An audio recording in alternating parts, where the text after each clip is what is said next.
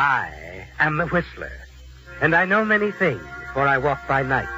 I know many strange tales, hidden in the hearts of men and women who have stepped into the shadows. Yes, I know the nameless terrors of which they dare not speak. Tonight, transcribed, it's the Whistler's strange story, The Lovely Look. It began quietly, matter-of-factly. Charles Belden would have found it difficult to trace it back to the exact moment when he began to feel as he did toward the girl. Certainly it wasn't love at first sight. Somehow he could still tell himself that he was beyond that sort of thing. That as a respectable married man and the competent manager of the London importing firm, founded by his wife's father, he'd accomplished a certain reputation. But he did remember the first time they met, some of the words they spoke, the way she looked at him. It was a Sunday morning, and out near the front gate the fog parted momentarily, drew back like a soft gray curtain, and there she was. She came walking up the road, hesitated as you discovered one another, silently, and then... Hello. Oh, hello. I'm sorry, but I've been walking forever, it seems. I wonder if you could direct me. I'm trying to find the Belden residence. Oh? Well, I'm Charles Belden. Oh, Mr. Belden. Of course you don't know me, but I came in response to the ad regarding a housekeeper. Oh. Or you didn't write Mrs. Belden? Talk to her on the telephone? No. No, I thought it was best to meet her. Talk to her in person. Yes. Well, come along. I believe she's back from her morning stroll. A daily ritual with her, you know. Oh, here. I'll take your suitcase. Oh, you're very kind, Mr. Belden. Not at all. It's strange, isn't it, Charles? The effect of that brief moment of silence when you first caught sight of her. And a few minutes later, you find yourself oddly interested in the outcome of Helen's questioning. The interview with... Laurie, ma'am. Laurie Edgley. I read of your need in the Courier. I know I should have thought of references, but if you have no one else in mind... Well, we haven't. Have we, Helen? No. However, I'd appreciate a few days' trial, Mrs. Belden. Very well. We'll try it for a week. Oh, thank you, ma'am. And you, Mr. Belden. The way she looked at you, that's it, isn't it, Charles? Laurie's gentle, lovely look. It lingers in your mind, fading in and out of focus as you think about it. Consider its meaning. Somehow it's more than a grateful glance, Charles. You're certain of it. And it remains with you all through the days that follow, through the dull hours at the office. And then one night, as you arrive home... Charles, in here. Why, what is it, Helen? Close the door. Charles, that young woman. We've got to get rid of her. Well, Laurie? Well, isn't she satisfactory? As a housekeeper, she's excellent. Well, then I don't understand. It happened early this afternoon. Oh, Charles, it upset me so. Mrs. Wilton drove up from the village. Oh, that busybody. She came to discuss the elections at the club. You know I'm running for the presidency, and I'm counting on her support. All right. Well, what happened? But Laurie didn't answer the door. I finally had to do it myself. Is that all? Why, Helen, the girl simply hasn't caught on to the routine of things. It isn't that. I'm trying to tell you. I spoke to her and Mrs. Wilton had gone. Charles, she asked if she did everything else to our satisfaction, would we mind if she didn't answer the door or take telephone calls? What? Naturally, I demanded an explanation. Well, did she give one? It isn't satisfactory. Not to me, Charles. What did she tell you? Oh, a wild tale. Something about coming out here to get away from someone. Oh? A man. He's in love with her. She professes to be terrified of him. Says that he's threatened to kill her. Oh, you don't believe her? Believe her? Of course not. Oh, Charles, you're not at all alarmed about leaving me way out here alone with her. Charles, I'll never understand you. You're careless of me, thoughtless, disinterested in everything. Even my father's company. Oh, Helen, please. No, you're going to talk to that girl. Charles, dismiss her. Oh, I'm sorry. I didn't It's know. all right, Laurie. Come in. I'm going to bed, Charles. Good night. Good night, Mrs. Belden. Laurie. Yes, Mr. Belden? Laurie, we've just been talking, and... Yes? And Mrs. Belden told me how well you did your work today. And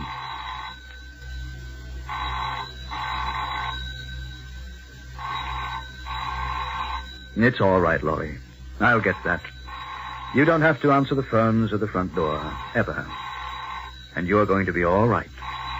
Right here. Oh, thank you, Mr. Belden. Thank you very much.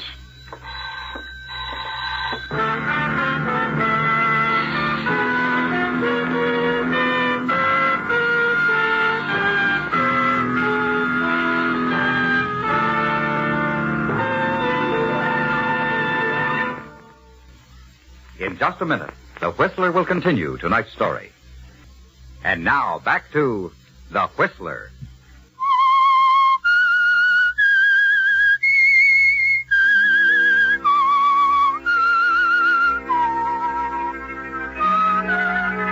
You couldn't dismiss her, could you, Charles? Temporarily, you win Helen over to your way of thinking, and Laurie stays.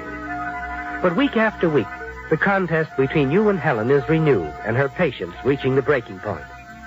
But it doesn't seem to matter, does it? Because you know that Laurie understands. And all the time, the strange, unspoken bond between you is increased, as she attends to your every wish, hangs on every word you say. You wonder how long it will go on, where it will lead. Then the answer finally comes in a phone call to your office. Mrs. Belden calling, sir. Go ahead. Yes, Helen. Charles, I want you to drop around to the employment agency sometime today and see about another housekeeper. Another... Helen, what do you mean? What's the matter with... I can't stand it any longer. I won't have Laurie around another minute. I've discharged her. What? I'm just not satisfied with this arrangement at all. But, Helen... Really, Charles, I don't care to discuss it any further, nor have I the time. I'm due at the club in half an hour. The elections, you know... Helen, will you listen to me now? No use, Charles. I've made up my mind. I've told Laurie she can stay just one more week, and that's all. For a moment, you sit there, stunned. Then slowly replace the receiver. And as you sit back, trying to think it out, you realize Laurie is everything to you, Charles. And just as she has tried to tell you, with every action, every look, you suddenly feel the urge to tell her.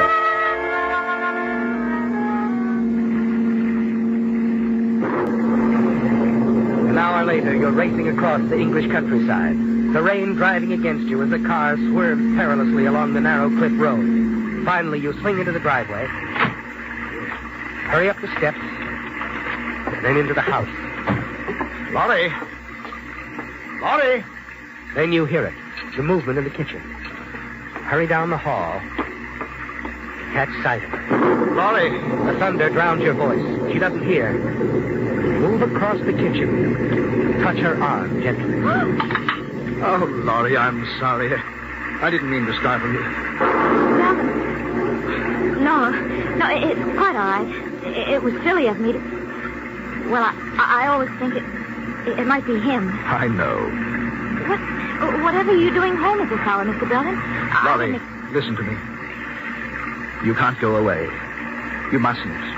But Mrs. Belden... Oh, no. She's quick-tempered. She says a lot of things she doesn't really mean. Besides, I can't let you go.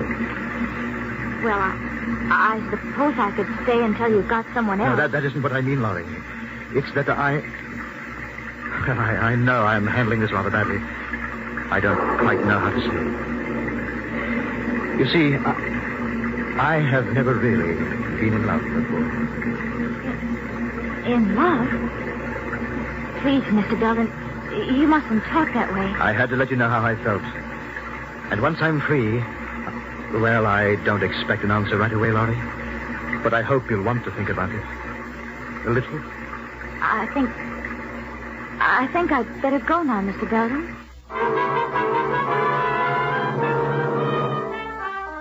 You watch Laurie as she hurries out. Somehow you feel confident that she'll want you to find a way to be free, a way to rid yourself of Helen. But that isn't going to be easy, and a divorce would leave you penniless. The importing business, the house, everything belongs to Helen. Later in the library, you're so engrossed with your thoughts, you don't hear the car in the driveway and the sound of the front door. And then... Oh. What? Oh, Helen, I know. You didn't expect me so soon. Well, I thought this was going to be an all-day meeting. It was going to be, yes. By the way, Charles, what are you doing home at this time of day? Oh, well, Oh, really, Charles? I could have saved you this early trip back from town. I should have told you Laurie always goes to the village on her day off. Didn't you know? What do you mean? I know why you came here, darling. You thought I'd be gone all day. You came back to see Laurie, didn't you? Laurie? Oh, that's ridiculous. Is it? Helen, you can't be serious. Oh, stop it, Charles. You take me for a complete fool. I've noticed the way you watch that stupid look on your face, mooning about like a schoolboy. Really? Helen, you're imagining things. Indeed. I tell you, Helen... Oh, you're so amusing, Charles. Do you think for one moment she'd be interested in you? Helen, that's enough. You're so terribly dull, darling. So unromantic. Helen? I feel sorry for you. But you'll get over it. Laurie's gone. You'll go back to your rose garden, your pipe collection. And you'll still have me, won't you, darling? Charles, where are you going? Charles?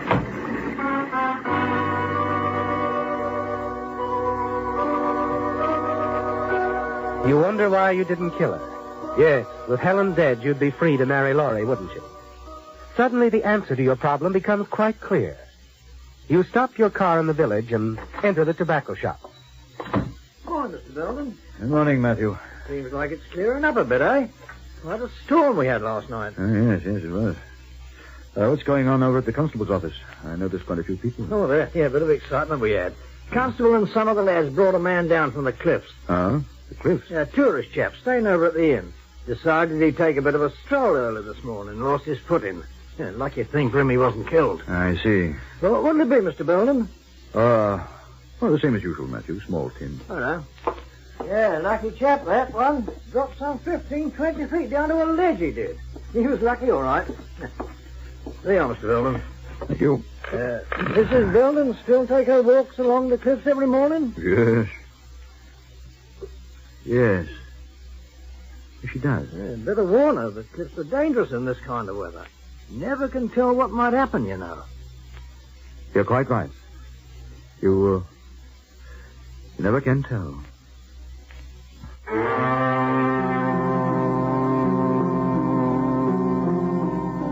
That's it, isn't it, Charles? An accident on the cliff, and you're free. Everyone knows of Helen's daily walk. Yeah. Late that evening, when you return to the house, Helen is already retired. You hurry to find Laurie.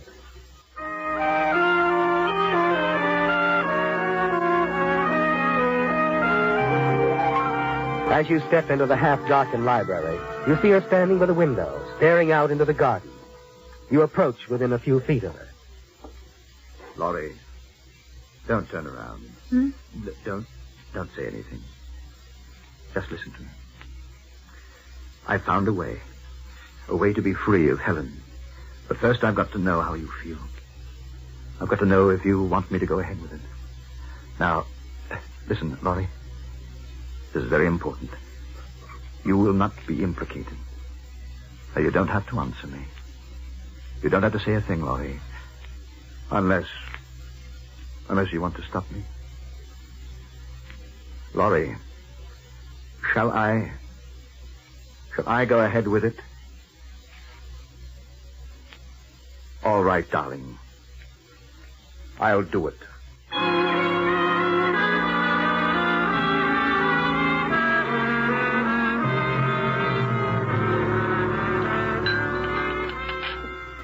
Oh, good morning, Charles. Morning, my dear. My, you're up bright and early. Rather a surprise. We haven't had breakfast together in ages. Yes. Well, I wanted to catch you before you left the house. You are going for a walk this morning. I thought I would. The rain has stopped. But why do you ask? Helen, Well, it might sound odd to you. Early in our marriage, we used to go for walks together. It seemed that we were able to talk out so many things. That's true, Charles. I was wondering, couldn't I walk along with you now, this morning? What? We'll walk along the cliffs, like we did before. Well, I'll get my coat.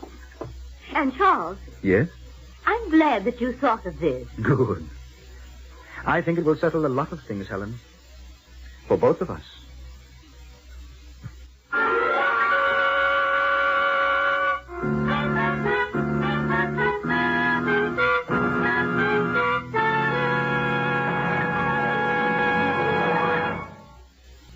And now back to The Whistler.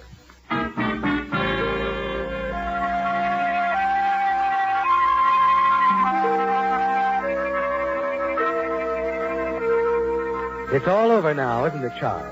The walk along the cliffs with Helen was the last one you'll ever have to take with her. And as you turn away from the precipice, the fog moves in around you, and you hurry back along the path toward the house.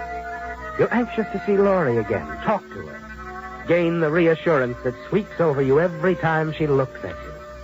There's magic in those moments, isn't there, Charles? An enchantment and beauty that cannot be denied. And after the weeks of waiting, you've settled it finally. And Laurie need never leave the house that will now be yours.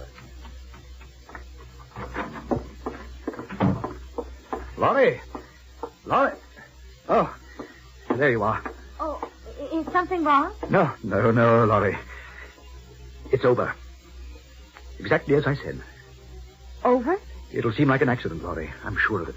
It happened to someone from the hotel in the village. They'll think it was the same with Helen. Your wife? Oh, don't you understand, Laurie? Helen's dead. Now, if they come around, just tell them we missed her this morning. Thought she'd gone for a walk. You've killed her. Laurie, No, don't come near me. Don't touch me. Laurie! She turns, hurries away. You take a few steps after her, and then stop. It's the shock, isn't it, Charles? You can feel it yourself now. The realization of what you've done. But you'll be all right, and so will Laurie. You wonder if you should go on to the office and give her time to think. Then suddenly you hear the sound of Helen's car from the drive and rush to the window. Laurie! Driving toward the village. Good Lord! Racing after her in your own car, a dozen thoughts pound in your mind as you wonder what you've done wrong. Perhaps it was the way you told her, the suddenness of it, the cold shock. And then you see Helen's car parked at the curb. You stop, step out, and realize too late that you have followed Laurie right to the constable's office where he is talking to her. And then as you turn to hurry away... Just a minute, Belden. What? I wouldn't try to get back in that car if I were you. What's the matter, Constable? I have a few questions to ask you. Laurie here tells me you killed your wife. She told you? Yes, just now. But she was in on it herself. She knew I was going to do it. I told her. And she didn't stop me. No, that's not true. Laurie, last night in the library, you were standing by the window, looking out into the garden. The library? Last night? Why, I didn't even see you. But you heard me, Laurie. You must have. Just a moment, Belden. Laurie says she didn't see you. She couldn't have heard you. What? Don't you understand? That's why I couldn't answer the doorbell or the telephone. That's why I made up that story of the man who was supposed to be threatening me. Belden, haven't you ever noticed the way Laurie looks at you? Yes. A lovely look. She has a good reason for that look. You see, Laurie can't hear. And when she looks at you like that, she's reading your lips.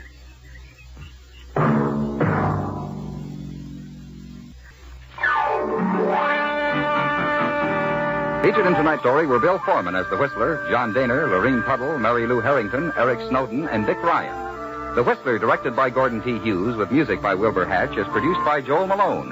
Tonight's Whistler was based on a story by Mary Ruth Funk. This is George Wolfe speaking and reminding you to listen again next week for another strange tale by the Whistler.